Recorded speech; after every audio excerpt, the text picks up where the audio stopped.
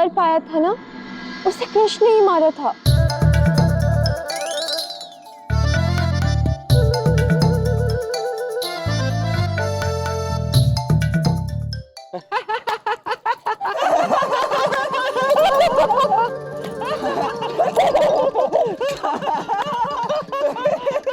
क्या हुआ?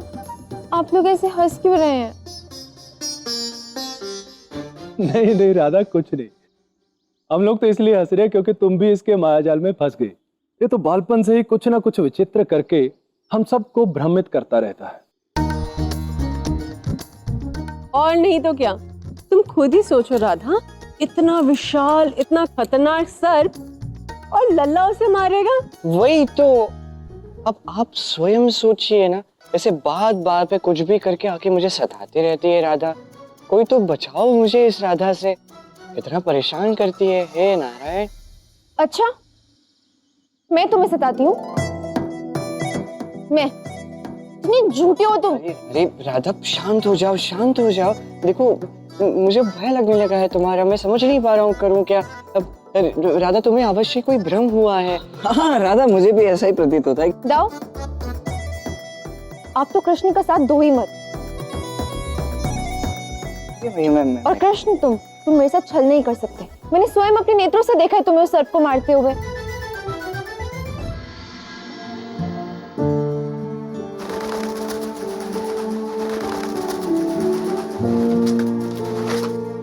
शुका, एक तुम ही मेरे सच्चे मित्र हो। जानते हो उस कृष्ण ने क्या किया? उसने सबके समक्ष मुझे मूर्ख सिद्ध कर दिया।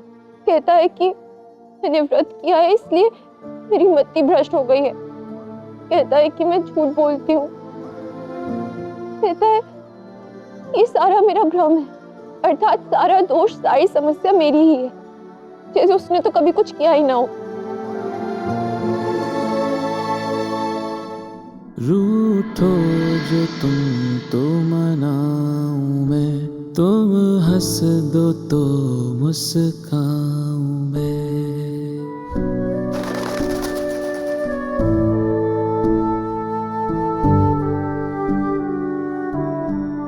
राधे, रूठो जो तुम तो मनाऊं मैं, तुम हंस दो तो। एक बार अपने कृष्ण की ओर देखोगे भी नहीं? तुम बिन मुझे कुछ भाए ना, जहाँ देखूं तुमको ही पाऊं मैं।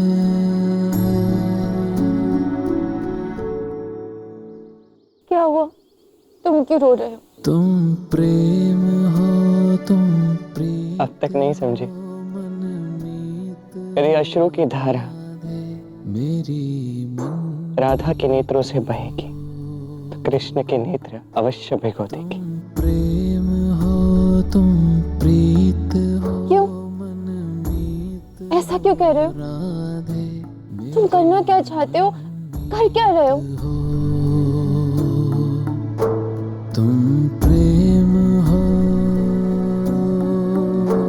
तुम प्रीत हो। मैं क्या कर रहा था, मैं क्या कर रहा हूँ, ये सब तुम शीघ्र ही समझ जाओगे।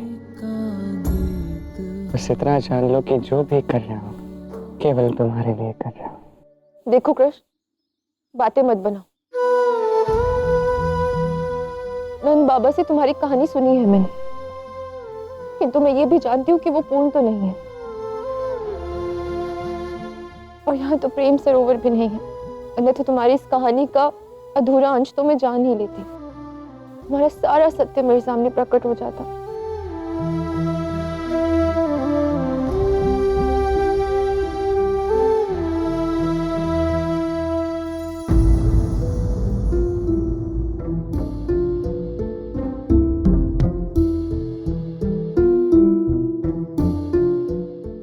प्रेमी की आंखों के दो अश्रु भी सरोवर समान होते हैं राधा। मेरी आंखों में देखो, तुम्हें तुम्हारे प्रश्नों के उत्तर मिल जाएंगे।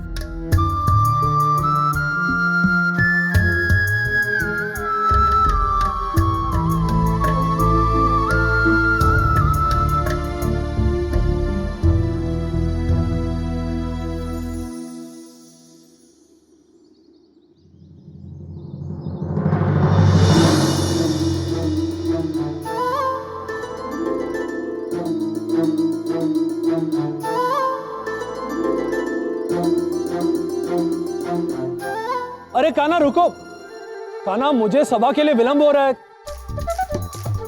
चलो मैं बताता हूं तुम्हें।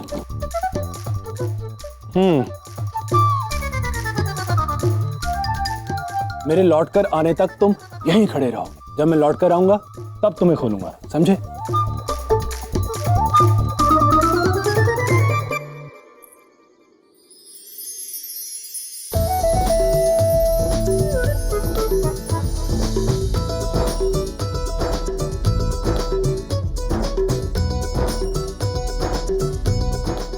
अरे तुम तो बन गए, अब कैसे खेलोगे मेरे साथ? अब मेरे पीछे कैसे आओगे?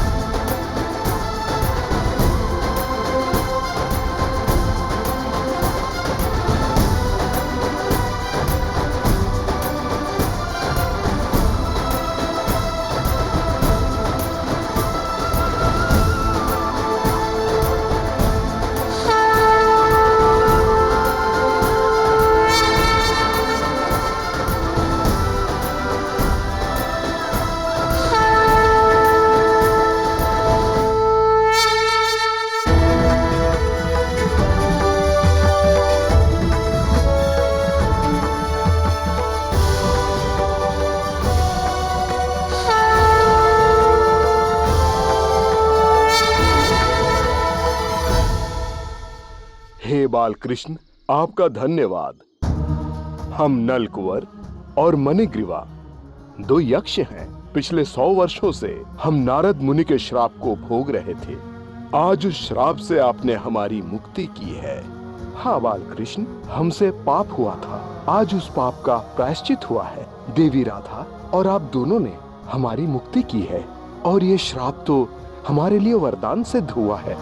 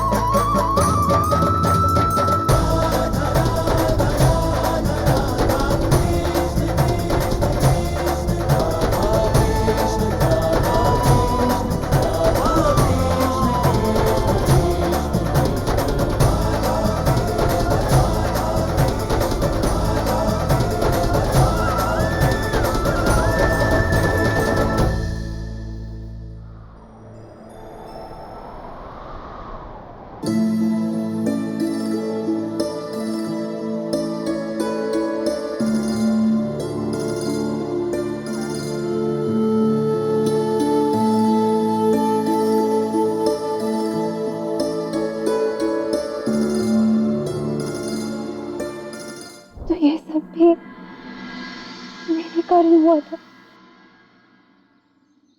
हाँ, मेरे जीवन के प्रत्येक क्षण का कारण तुम हो, बल्कि मेरे जीवन का कारण ही तुम हो रहा था। तुम ये नहीं मानते, पता है क्यों? क्योंकि तुमने ये स्वीकार नहीं किया कि आज भी तुम्हारे हृदय में मेरे लिए अपार प्रेम है, मेरे लिए अनंत प्रेम है।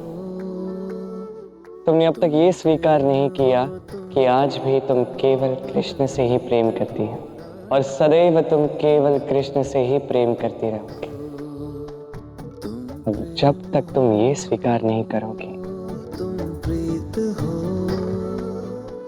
मुझे कैसे समझ पाओगे राधा?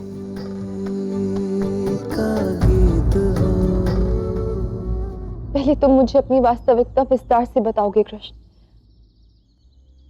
जब तक मैं तुम्हें जानूंगी नहीं, समझूंगी कैसे?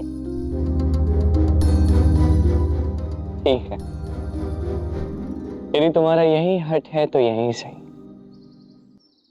बरसाना लौटने के पश्चात मैं तुम्हें अपने विषय में सब कुछ सच सच बता दूंगा, और ये मेरा वचन।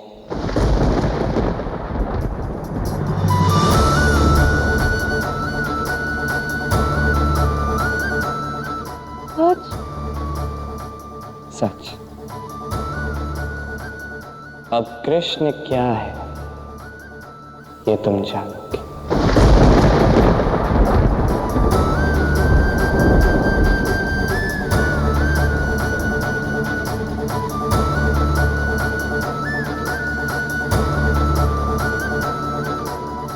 अब तुम्हें बरसाना जाने के लिए अत्यंत आतुर हूँ।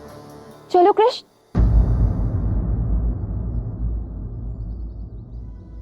चलो। तुम क्यों हंस रही हो? क्यों? यदि मेरी आंखों में आंसू देखकर तुम्हारी आंखों में आंसू आ सकते हैं, तो क्या तुम्हारे मुख पर मुस्कान देखकर मेरे मुख पर भी मुस्कान आ सकती है ना? और वैसे भी मैं बरसाना जाने के लिए अत्यंत आतुर हूँ।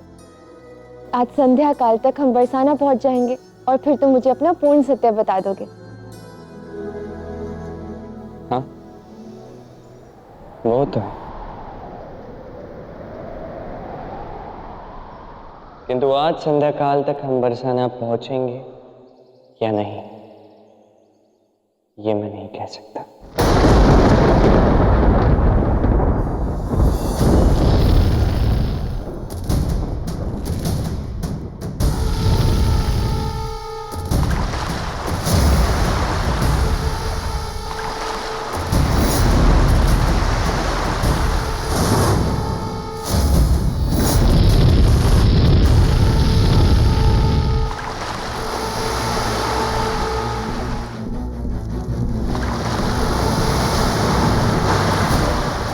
यमुना को भ्रम था कि सबसे विशाल उफान वो कृष्ण के स्पर्श के लिए लाई थी। नहीं, सबसे विशाल, सबसे भयंकर उफान उसे अब लाना होगा। मेरी शक्ति के आगे उसे विवश होना होगा। उसने मेरा घोर अपमान किया है।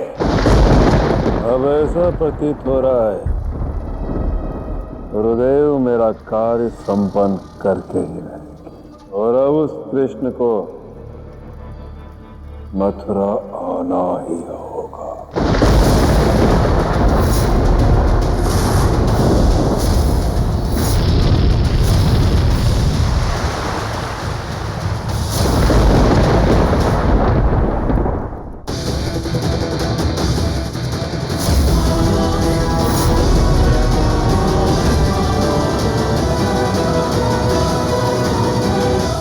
क्या अनर्थ हो रहा है? ऐसा प्रतीत हो रहा है जैसे मेरे बहाव को कोई नियंत्रित कर रहा है।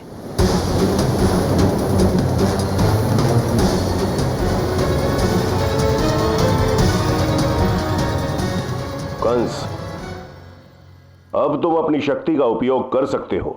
अपनी शक्ति से यमुना के जल को स्थिर कर दो, जो यमुना के तीव्र बहाव को अवरुद्ध करते। जय गुरुदेव।